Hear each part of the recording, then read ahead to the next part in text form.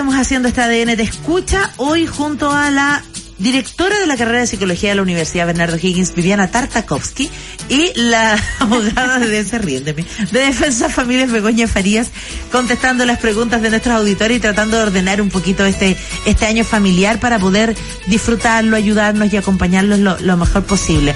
Hablábamos de las separaciones cuando se van haciendo, cuando es necesario, porque ya se llega a un punto de quiebre, pero no hemos hablado del proceso legal que acompaña a esta separación, Begoña. Sí, mira, lo que yo te comentaba al inicio, que es súper relevante el año en que nosotros nos casamos. El año en que se celebró el matrimonio, porque la ley de matrimonio civil se promulgó en mayo del año 2004, entró en vigencia en noviembre del mismo año, 6 meses después, y tiene una disposición, esta ley de matrimonio civil, en donde indica las maneras en que se va a aprobar el cese de la convivencia. Me explico. Hasta antes de todos los matrimonios celebrados, antes de esta fecha, antes del 2004, pueden probar que se separaron de hecho, a eso se le llama el cese de convivencia, con la comparecencia y declaración en el juicio de divorcio de 2 testigos. Usted tiene que haber escuchado amigos, sí, necesito un testigo para el juicio de divorcio. Pero bastaba solo eso. Yo llevo 2 personas que dicen, sí, me consta que Viviana se casó en tal fecha y que se separó en tal fecha porque somos amigas, la visité en su hogar, sé que se cambiaron de domicilio, etcétera. Pero todos los matrimonios celebrados con posterioridad no pueden solo valerse de 2 testigos y hay que hacer este trámite de cese de convivencia que puede ser en el registro civil, puede ser de mutuo acuerdo, van las 2 partes y se firma un acta, y si va solo una de ellas y esta suscripción es unilateral, se debe además notificar judicialmente. Yo llevo esta acta de cese de convivencia, la llevo al juzgado de familia, indico el domicilio de mi cónyuge y le llega esta notificación. Entonces, ¿cuál es la importancia de esto? Que desde que se configura esta notificación y se consolida en definitiva la notificación positiva de la otra parte, el tribunal dicta una resolución que se tiene por notificado el cese, y esa es la fecha de cese de convivencia. Esa es la fecha cierta. Desde ahí yo tengo que contar 1 año para divorciarme de mutuo acuerdo o 3 años eventualmente para interponer un divorcio en forma unilateral. Entonces, ¿por qué es relevante saber esto? Porque quizás si yo me casé el 2005, me separé de hecho, y digo, tengo que esperar 1 año para el de mutuo acuerdo, 3 años. Pero en tanto yo no hago este trámite, no está corriendo este plazo. Ahora también la ley habilita que se pruebe con otros medios. Pongamos el ejemplo en que un matrimonio se separa de hecho en el mes de diciembre y en el mes de febrero suscriben un acuerdo regulando todas las relaciones mutuas hacia los hijos. La pensión de alimentos, cuidado personal, régimen comunicacional. Esa escritura aprobada por el juzgado de familia también me sirve, porque es un instrumento en definitiva público que aprobó un tribunal y que da cuenta, obvio, que si estoy regulando todos estos temas es porque ya no estamos conviviendo. ¿Ya? Pero por eso es relevante que si estoy en esta hipótesis, relevante el año. Si yo me casé antes del 2004 no tengo que hacer nada de esto, y basta que cuando se inicie el juicio y se desarrolle la audiencia de juicio, yo lleve estos 2 testigos que declaren en definitiva cuánto tiempo yo llevo separada. Patricio nos escribe desde Calama y nos pregunta: yo estoy precisamente en un acuerdo para comenzar oficialmente los trámites de divorcio. ¿Cómo tengo que enfrentar esta situación con mis hijos? Son todavía pequeños y no sé cómo decírselo. No dice qué edad tienen los niños, ¿cierto? No dice. Porque él habla de trámite de divorcio, pero ya ocurrió una separación de hecho. Claro, estamos suponiendo que ocurre una separación de hecho. O quizás le llama el divorcio al hecho de separarse. O empezar a separarse, claro. A lo mejor va a empezar recién a separarse y por eso no le han dicho a los niños y no saben cómo hacerlo. Claro, depende mucho de qué edad tengan los niños, pero lo importante es decir la verdad, de acuerdo a la edad que tengan. Estas cosas de que el papá se fue de viaje o la mamá se fue a comprar cigarros, no sé, eso no. O sea, de alguna forma siempre es importante ir con la verdad y como hemos conversado en muchos programas, mostrarle a los niños que lo parental va por un carril y lo conyugal, lo parejal, como yo les he dicho, va por otro. Entonces eso no se le dice a un niño de 6 años, pero se le dice, por ejemplo, que los papás ya no tienen una buena relación, pero que van a ser sus papás siempre.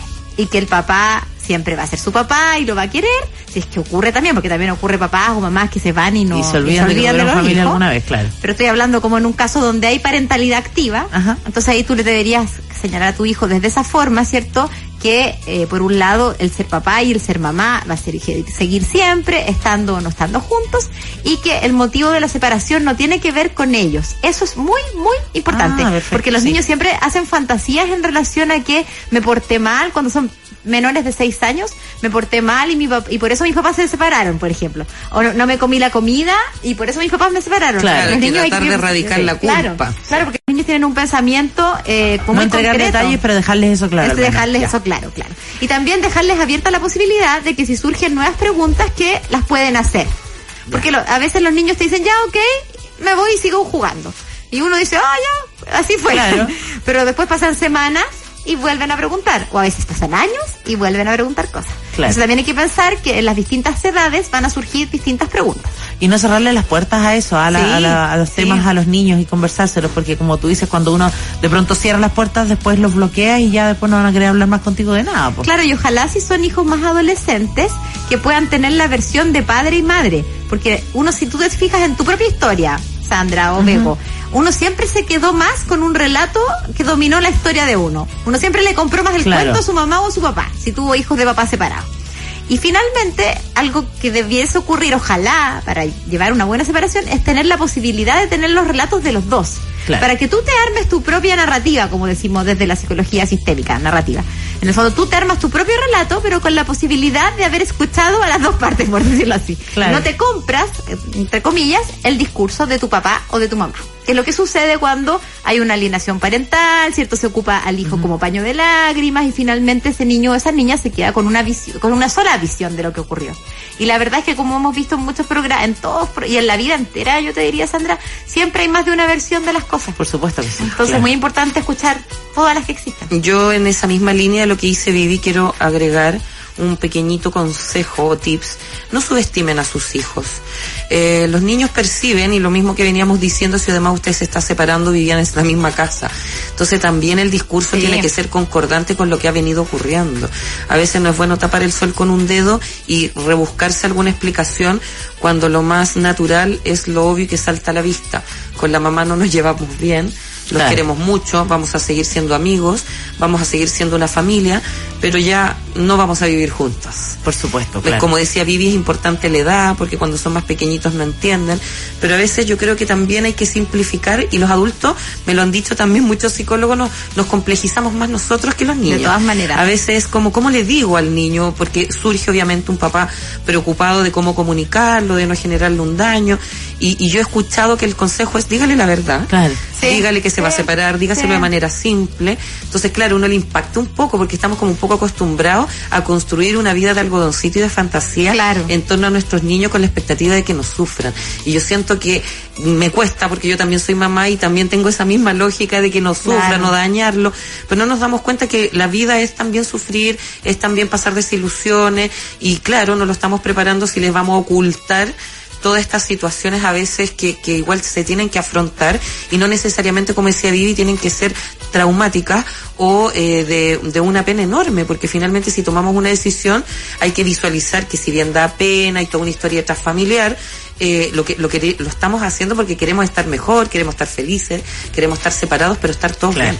No, miren, una colega me acaba de decir, le mando saludos a mi equipo, a la Carla Enríquez, que me dice, acaban de rechazar la reforma constitucional del agua.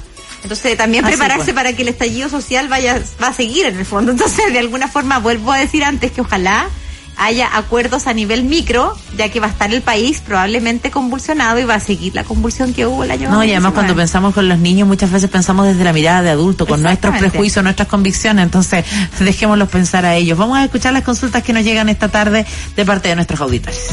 Hola, buenas tardes. Tengo una consulta. Yo soy papá de 2 niños y acabo de divorciarme. Y con mi ex definimos un régimen compartido de los niños ante el Tribunal de Familia, pero ahora ella me pidió que viéramos el tema de la pensión alimenticia. La verdad, yo no entiendo mucho, porque si tenemos un régimen compartido y ambos pagamos las cosas de mi hijo, ¿por qué tengo que pagarle la pensión? Ya, esta es una pregunta recurrente que también le hemos abordado para darle una respuesta.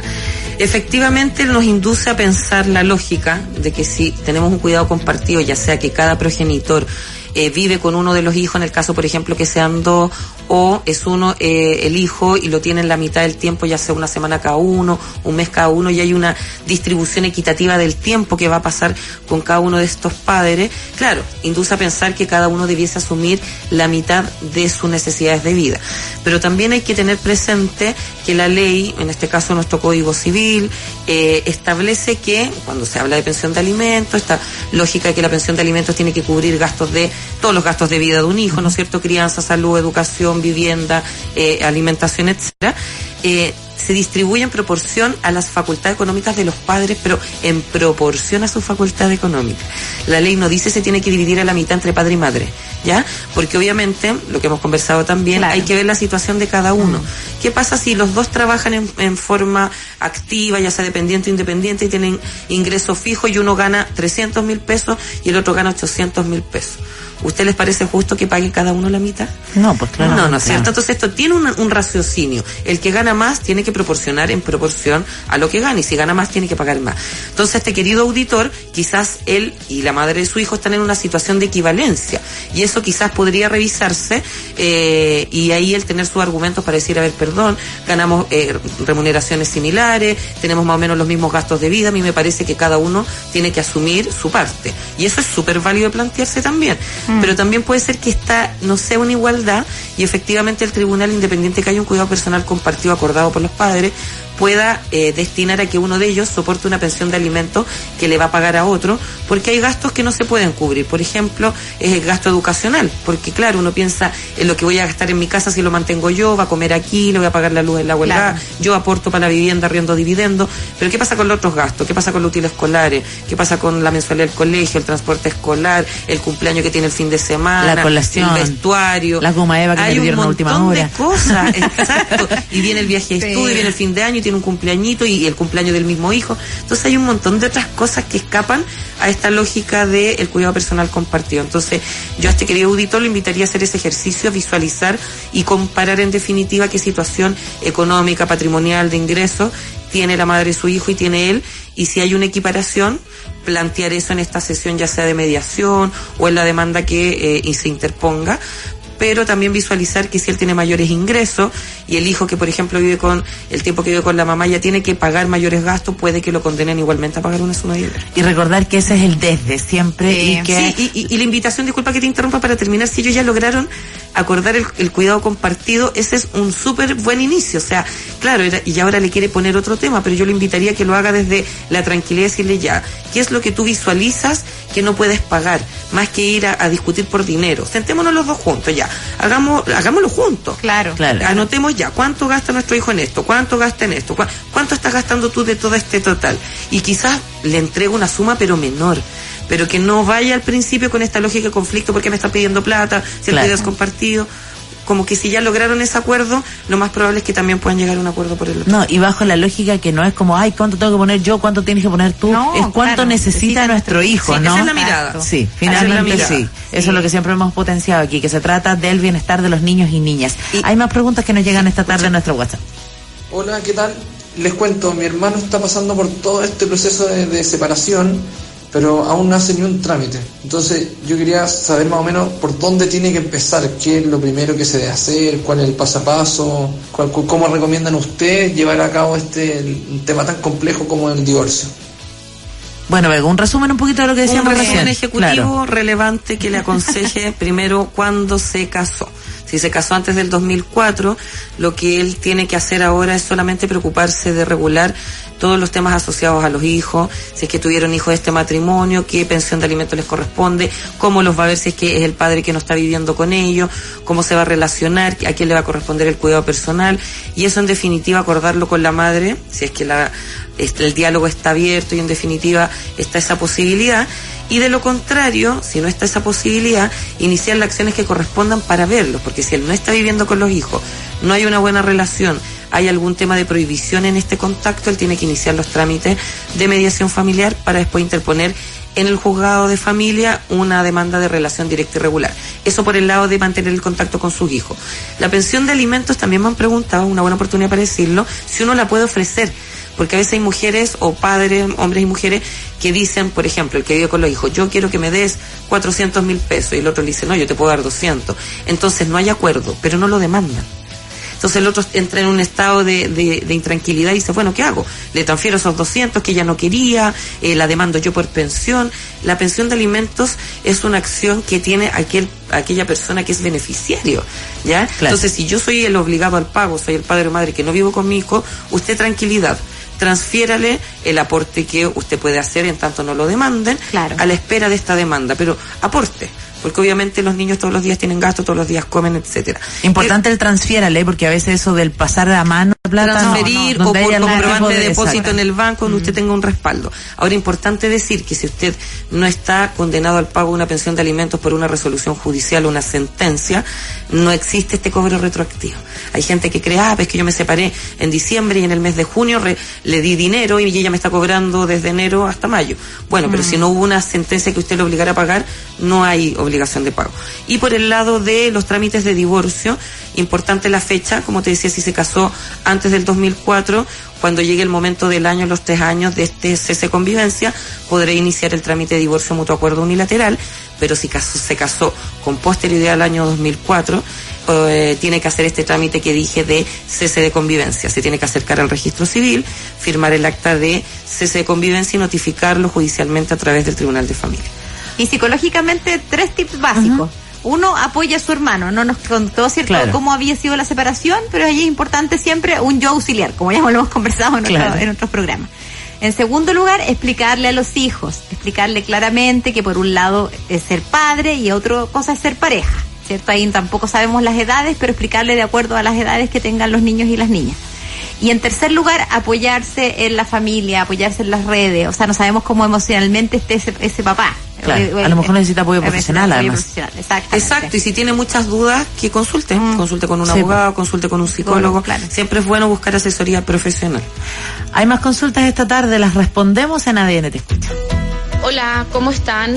Estoy escuchando el programa y tengo una duda respecto al régimen compartido. Mira, yo tengo una niña de 3 años y lamentablemente mi pareja falleció el año pasado. Poco después de que él muriera, su mamá llegó y me pidió que tuviéramos un régimen compartido con mi hija. Yo considero que no, porque es mi hija y yo no tendría problemas de regular visitas con ella, pero no permitirle tener una custodia compartida conmigo. ¿Ella podría hacer algo así? ¿Podría solicitárselo a un tribunal? No. Muy buena pregunta, porque, aquí, claro, la que está solicitando este cuidado compartido es la abuela paterna, pero en definitiva, primera respuesta, usted tiene razón en que si usted siente que es su hija y no hay necesidad de hacer un cuidado compartido, no lo haga, porque el cuidado personal ya te corresponde en forma plena por el hecho de fallecer el progenitor, pero además los abuelos, la acción que tienen es para pedir que se regule una relación directa y regular. Esa es una garantía que la ley le da a los abuelos. Ellos pueden demandar, al igual que el padre o madre que no vive con su hijo, solicitar al juzgado de familia que se regule un régimen en su calidad de abuelos. Pero lo que ella no puede hacer, y en este sentido darle tranquilidad a la auditora, es demandar ante el tribunal que se establezca un cuidado personal compartido. Perfecto. Porque el cuidado personal compartido, como lo hemos dicho en otras ocasiones, y también se da en una lógica de acuerdo. Claro, eso se tiene que acordar por las partes. Pero expliquémoslo un poquito, porque justamente desde Temuco Cristóbal nos preguntaba, ¿qué es el régimen compartido? ¿Los niños tienen que vivir media semana con uno y media semana con otro? ¿Cómo se ordenan días y gastos? Lo explicamos. Mira, cuando los padres viven juntos, padres obviamente que tienen hijos y viven juntos, el cuidado personal que antes se conocía como tuición, en definitiva, quien es el encargado del cuidado y custodia de los hijos y de su crianza, es de los dos. Cuando ellos están separados, la ley regula qué ocurre, con quién se queda viviendo el niño o quién va a detentar el cuidado personal. Entonces aquí se establecen reglas. Y una de esas reglas es, primero, decir que se puede detentar en forma conjunta. Es una modificación legal que se hizo hace unos años. Entonces, no necesariamente puede tener el cuidado personal uno y el otro un régimen de relación directa y regular, sino que la ley habilita y permite que ambos detenten en igualdad de condiciones la custodia, tuición, claro, y en nomenclatura hoy de familia, cuidado personal. Eso es en primer término. Ambos padres en igualdad de condiciones estamos detentando el cuidado de nuestro hijo.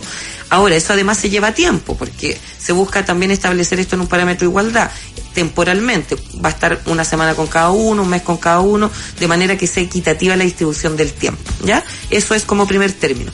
Pero la ley habilita que eso se haga a través de un acuerdo. Dice que los padres pueden acordar esto. La forma de hacerlo. La forma de hacerlo. Pero yo no puedo ir a demandarle a un tribunal, porque piensa en esta lógica, es compartido. La premisa de eso es un acuerdo. Claro. Entonces, un tribunal de familia no tiene facultades para imponerle eso a las partes. No le puede imponer, ya señor, usted va a tener al niño una semana, otra semana.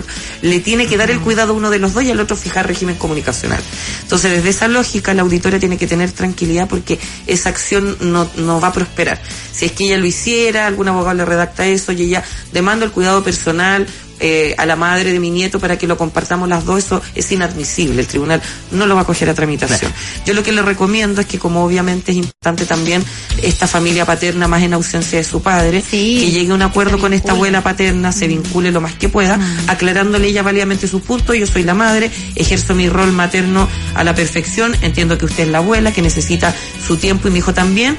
Esto lo ofrezco para que lleguemos a un acuerdo, para que lo vea con esta regularidad y esta frecuencia. Claro. Con tranquilidad, transparencia, pero que ella no tema que en definitiva alguien le imponga compartir este cuidado con la abuela paterna. Claro, y para Cristóbal de Temuco, entonces, el énfasis en el acuerdo, que es la manera en que funciona este régimen compartido, porque claro, hay que revisar además las realidades de cada uno para ponerse de acuerdo. De todas formas, no es como un día duermo en tu casa, el otro día en la mía, porque la estabilidad de los niños tampoco es lo mejor. Eso es muy importante. Sí. Yo he visto niños estresados porque a veces como que se les quedan las cosas en la casa del papá, de la mamá. Entonces, como dice la Bego, los papás que optan a este tipo de regímenes tienen que estar muy coordinados en relación a cómo hacerlo en lo cotidiano, Sí, ¿cierto? En el establecimiento de hábitos, rutinas de alimentación, horarios, no sé. Claro. O sea, en general los papás que hacen estos acuerdos, como dice el nombre, tienen que ver con llevarse bien para lograr ciertos consensos con respecto a rutinas. Porque siempre el interés superior aquí es el de los niños. Por eso me voy a quedar con este mensaje que nos escribe Jaime. Dice: con mis hermanas somos de padres separados hace más de 30 años. El saber la verdad desde un primer momento nos sirvió mucho para afrontar la vida. Y ojo que no siempre es necesario que los hijos se queden con la madre. Nosotros nos quedamos en tutela de mi padre, que también es algo que hemos contado siempre, ¿no? Por eso hablamos del padre o la madre que se quede a cargo de los niños y el que se va. Queremos darle las gracias esta tarde a la abogada de Defensa Familias, Begoña Farías. Un placer como siempre. Gracias a ustedes por la invitación. También a Viviana Tartakovsky, la directora de la Escuela de Psicología de la Universidad Bernardo Higgins, y a todos nuestros auditores. Nos vamos con música.